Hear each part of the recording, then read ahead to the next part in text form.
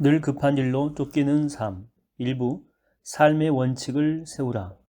제7장입니다. 4단계 계획을 실행하라. 어느 월요일 저녁 자넷은 식사를 마치고 저녁 뉴스를 보고 있었습니다. 그때 전화벨이 울렸습니다. 귀에 익은 목소리가 긴급한 도움을 요청해 온 것입니다. 혹시 수요일 저녁에 청년부 모임을 인도해 줄 수 있나요? 제가 회사 일로 갑자기 출장 가게 되었는데 모임을 대신 인도해 줄 사람이 필요합니다. 그 간절한 목소리는 이 모임이 얼마나 중요하며 자넷이 이 모임을 인도하기에 얼마나 적합한 사람인지 말해주고 있었습니다. 자넷은 이 요청을 어떻게 처리해야 할지 망설였습니다. 그녀는 이미 이번 주의 계획을 잡아놓은 상태였기 때문이죠. 모든 계획이 중요했지만 특별히 수요일 저녁 계획은 너무나도 중요했습니다. 급한 일이 아니어서 여러 차례 미루고 있었던 일인데 그날 저녁에는 새로운 직업을 갖는 것에 대해서 연구하고 검토해 보기로 했던 것이죠. 하지만 청년부 모임도 중요합니다. 그녀는 어떻게 하면 바른 결정을 내릴 수 있을까 궁금했습니다. 소제목입니다. 4단계 계획을 실행하라. 아무리 잘 세운 계획이라도 그것을 실행하려는 단호한 결심이 없다면 아무 소용이 없습니다. 매일 아침 그날 하루의 일정을 생각하면서 주님에 대한 헌신을 재점검하십시오.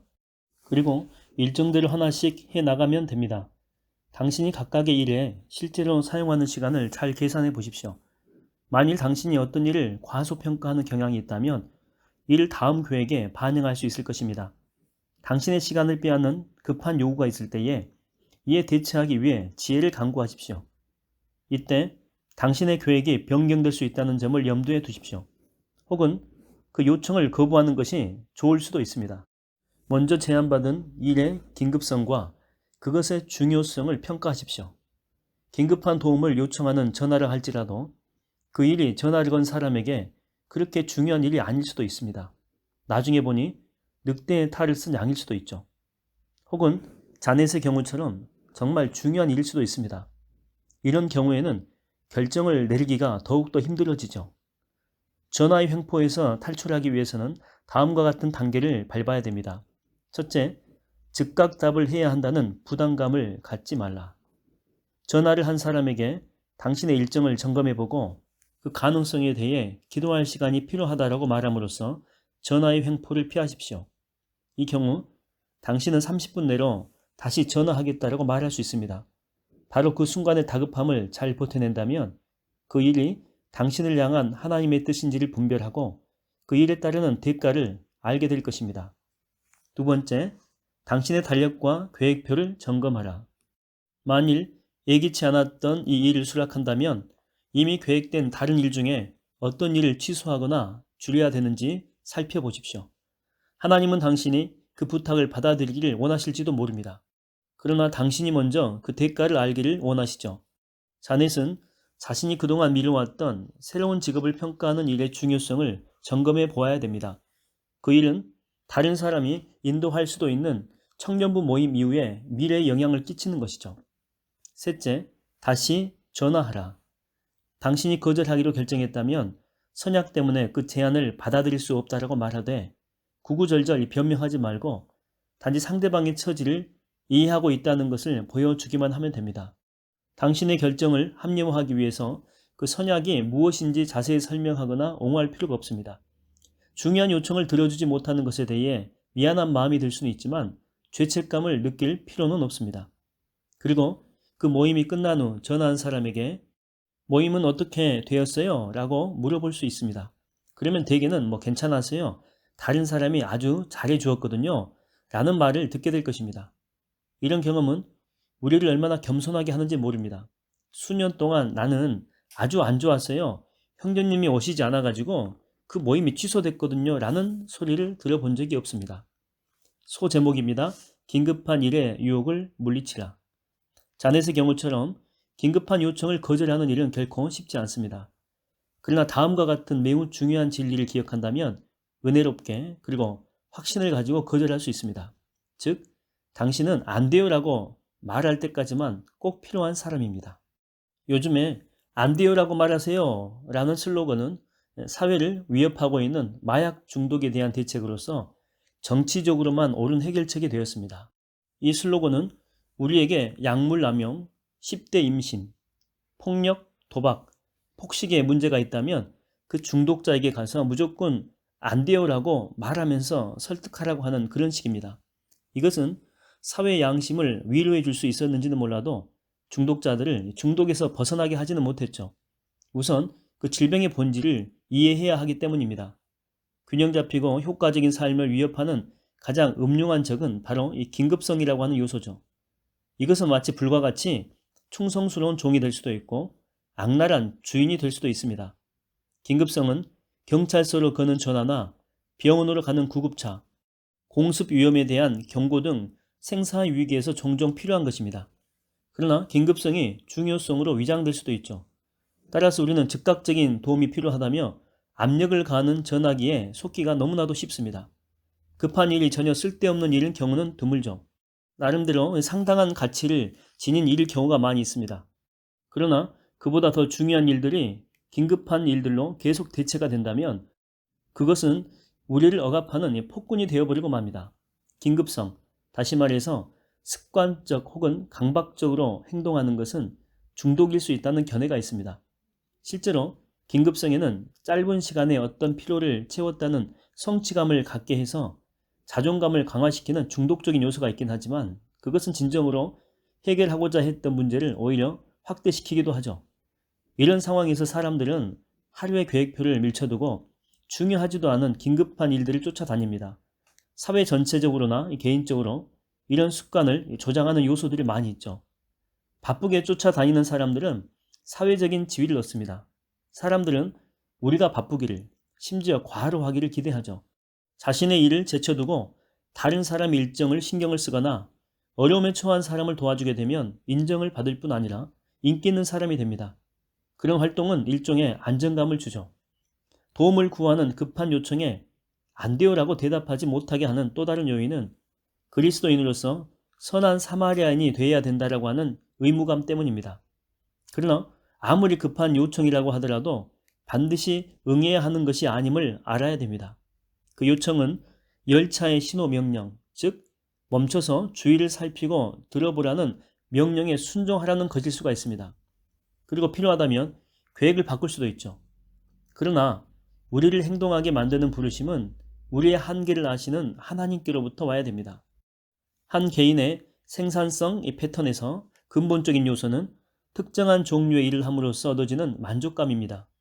여러 가지 형태의 만족감이 있겠지만 그중 몇 가지만 열거해 보겠습니다. 첫 번째, 기계나 기구를 작동시키거나 더 효과 있게 한다.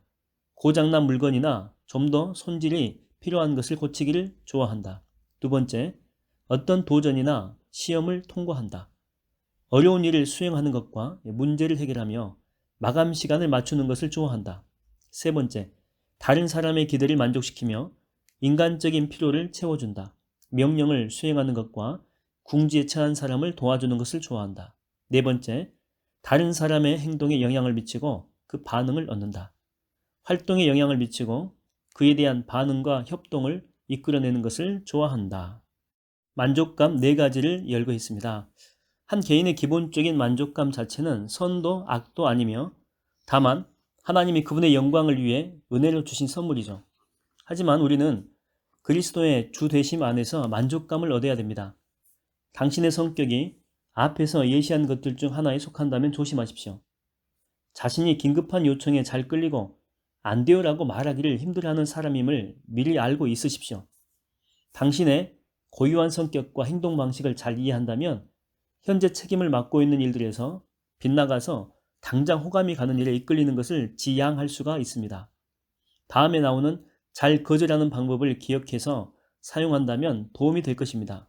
1번, 아무리 간절한 요청이라고 할지라도 그 자리에서 예라고 대답하지 말고 기도하고 달력을 살펴본 후에 대답하는 것을 원칙으로 삼으라. 2번, 필요한 경우 당신의 우선순위를 검토하기 위해 전화를 가려받을 수도 있다. 3번, 당신이 요청받은 그 일을 즐겁게 할 수 있는 다른 사람을 추천해 주라. 4번, 당신이 승낙할 수 있는 요청의 한계를 정해놓고 그 이상을 요구하는 압력을 받은 경우에도 이 한계를 지키라. 5번, 당신의 시간과 에너지를 잘 분배하라. 만일 이번 가을부터 성경 공부를 인도하기로 했다라고 하자 성경 공부를 준비하는데 2시간, 함께 토론하고 이야기를 나누는데 2시간이 든다면 당신은 노숙자 보호소에서 이 봉사하는 일에 자원해서는 절대 안 된다. 성경 공부가 끝난 후에 그 일을 하라. 6번, 당신의 은사를 활용하라. 당신은 교회 재정위원회에서 일해달라는 요청을 받으면서 동시에 새신자위원회 일을 맡아달라는 부탁을 받을지도 모른다. 그러나 당신은 이 2가지 일을 모두 할 여유가 없다. 이럴 경우 당신이 더 잘할 수 있는 일을 선택하고 다른 것은 거절하라.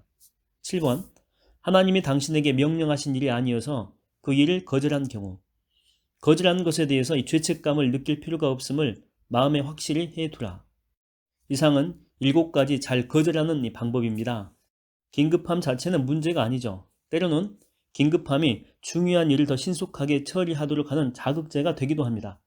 문제는 긴급함이 일 처리의 지배적인 요소가 되는 경우죠. 그때 위험 신호가 켜지는 것입니다. 소제목입니다. 충동적인 소비. 지금까지 우리는 다른 사람들이 가지고 오는 긴급한 요구에 대처하는 법을 다루었습니다. 계획표에 대한 또 다른 종류의 압박은 우리의 내면, 즉 우리 자신의 욕구에서 오죠. 계획표를 옆으로 치워버리고 싶은 충동이 생길 때에 어떤 현상이 일어납니까? 재물 사용 문제와 대비해 본다면 더욱 분명해질 것입니다. 오늘날 대부분의 상점에서는 여러 종류의 신용카드를 받아주고 있죠. 그렇기 때문에 쇼핑은 여행 비자를 한번 꺼내 보여주는 것만큼이나 간단하게 된 것입니다. 카드 회사 입장에서는 당신이 물품 목록에 적어둔 필수품을 사든지 충동 구매를 하든지 아무 상관이 없습니다. 그러나 월말이 되면 결제를 해야 되죠. 당신은 계획했던 것보다 훨씬 더 많은 지출 내역이 적혀있는 청구서를 받게 될지도 모릅니다. 대금 전체를 상환하지 않는 경우 나머지 잔액에는 높은 이자가 부과되기 시작합니다. 세상에 공짜는 없습니다. 자꾸만 늘어나는 이런 지출에서 탈출하는 유일한 방법은 허리띠를 졸라매고 더 이상 부채를 늘리지 말고 갚아나가는 것이죠. 이렇게 하다 보면 꼭 필요한 것마저도 구매를 연기해야 되거나 취소하는 그런 경우가 자주 있습니다. 시간도 돈처럼 쉽게 충동 소비를 할 수가 있죠. 우리 중에는 충동 구매 욕구를 물리칠 수 있는 사람들이 있을 것입니다. 그러나 시간을 조심스럽게 사용하는 사람들은 별로 없죠. 우리는 필요라고 하는 가매를 쓴 개인적인 욕구의 충동에 항복해서 많은 시간을 소비합니다.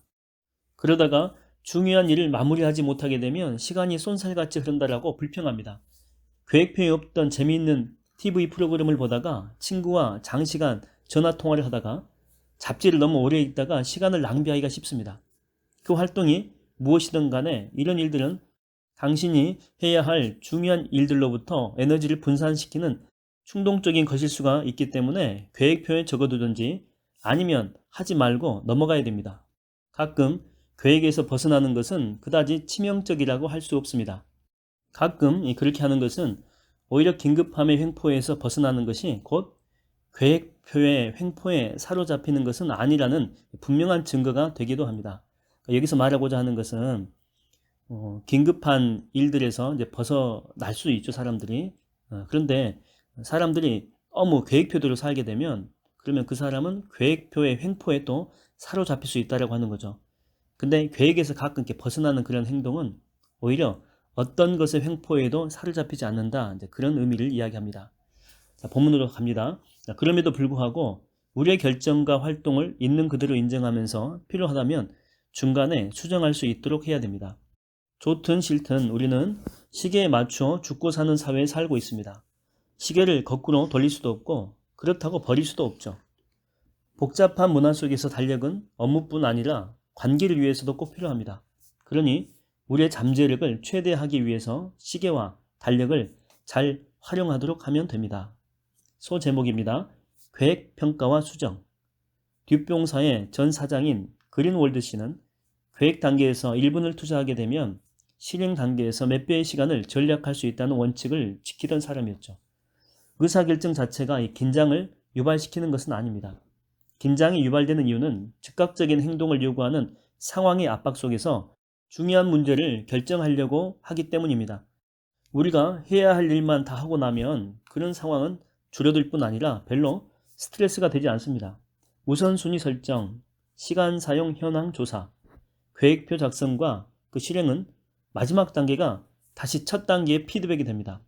상황의 변화가 생기게 되면 우선순위를 주기적으로 검토해서 실행 단계를 수정할 수도 있죠. 일주일에 1시간을 따로 떼어서 평가하는 시간을 갖게 되면 큰 도움이 될 것입니다.